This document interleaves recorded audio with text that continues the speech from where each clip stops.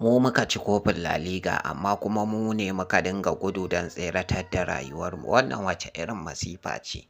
Gaskiya dai Espanyol ba ku kyauta mana ba, duk da mu ma dai ba mu muku adalci ba. Amma wasan ai dabi ne, kuma dabi ne mai ƙarfi tsakaninmu da su. Bai kamata a ce sun yi mana haka ba. Kuma fa don tsaba abin haushi mu abin da ya sa muka ci su huɗun nan ma. Kwata-kwata ko fans ɗinmu guda ɗaya ba a bari ya shiga cikin filin kallon wasan nan ba. Wannan ai wulakanci ne, shi ya sa muka zazzage musu, muka yi musu wankan jego muka ci su huɗu. Ni ban ma ji daɗin biyun da suka farke ba daga baya. Amma zabi koma ya kamata ku ɗaga musu kafa a tun da makwabtanku ne, amma sai kuka musu wannan wulakancin.